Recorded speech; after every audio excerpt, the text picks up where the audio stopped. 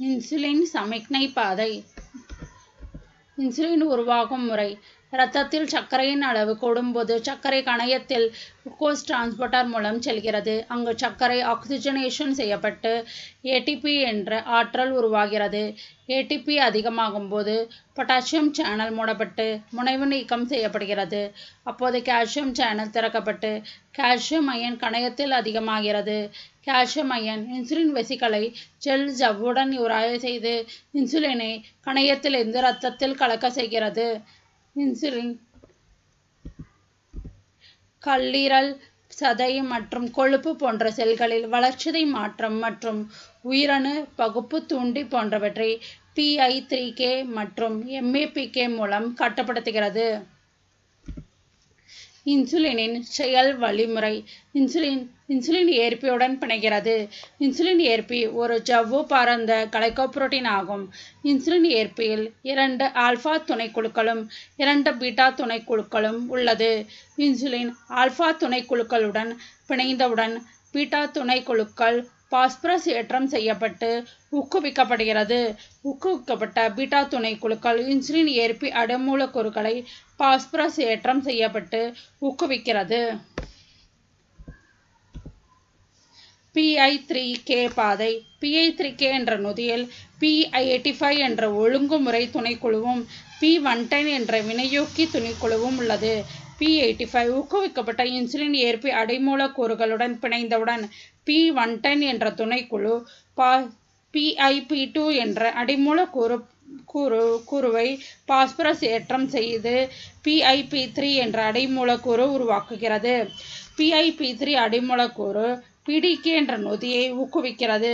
ஊக்குவிக்கப்பட்ட PDK AKT என்ற நொதியை ஊக்குவிக்கிறது. AKT என்பது ஒரு புரோட்டீன் கைனேஸ் என்ற நொதியாகும். AKT-யின் பங்கு. AKT ASC160 என்ற AKT-யின் அடிமூலக்கூறுவை ஊக்குவிக்கிறது. இது குளுக்கோஸ் டிரான்ஸ்போர்ட்டர் என்ற வெசிக்கலை செல் ஜவ்விடம் இடமாற்றம் செய்யப்பட்டு சர்க்கரை செல்லுக்குள் சென்று உபயோகிக்கப்பட உதவுகிறது. AKT GSK என்ற நொதியை செயல் இழக்க செய்கிறது. இதன் மூலம் கிளைகோஜன் உருவாவதை ஊக்குவிக்கிறது. AKT FOS01 என்ற புரதத்தை செயலிழக்க செய்கிறது. இதன் மூலம் குளுக்கோனியோஜெனிசிஸ் என்ற பாதையை தடுக்கிறது. AKT mTOR என்ற ஊக்குவிக்கிறது. இதன் மூலம் புரதம் உருவாவதை ஊக்குவிக்கிறது. mTOR ராப்பமைசின் என்ற மூலக்கூறு இலக்காகும். MAPK GRB2 என்ற புரதம் பாஸ்பரஸ் ஏற்றம் செய்யப்பட்ட SSC என்ற புரதத்துடன் SS2 என்ற களம் மூலம் இணைகிறது. SOS என்ற மற்றொரு புரதம் GRB2 என்ற புரதத்துடன் HS3 களம் மூலம் இணைகிறது.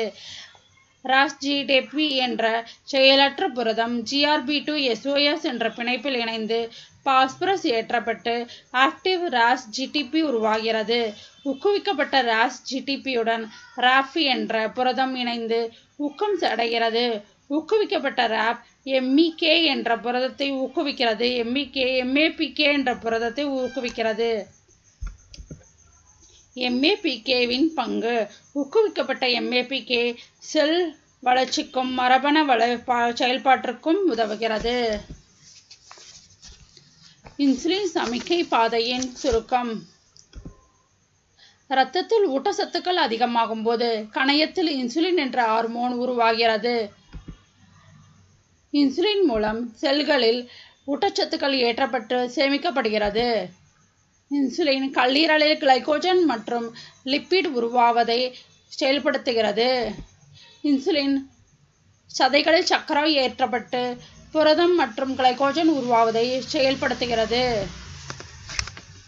இன்சுலின் கொழுப்பு திசுக்களில் சர்க்கரை ஏற்றப்பட்டு கொழுப்பு உருவாவதை செயல்படுத்துகிறது. ஊட்டச்சத்துக்கள் ஏற்றப்படுவதிலும் சேமிக்கப்படுவதிலும் ஏதாவது குறைபாடு உண்டானால் நீரழிவு நோய் உருவாகும். முதல் வகை நீரழிவு நோயில் இன்சுலின் உருவாவதில் குறைபாடு இருக்கும். இரண்டாம் வகை நீரழிவு நோயில் இன்சுலின் சமிக்ஞை பாதையில் குறைபாடு உள்ளதால் இன்சுலின் செயல்பாட்டில் எதிர்ப்பு இருக்கும். நன்றி.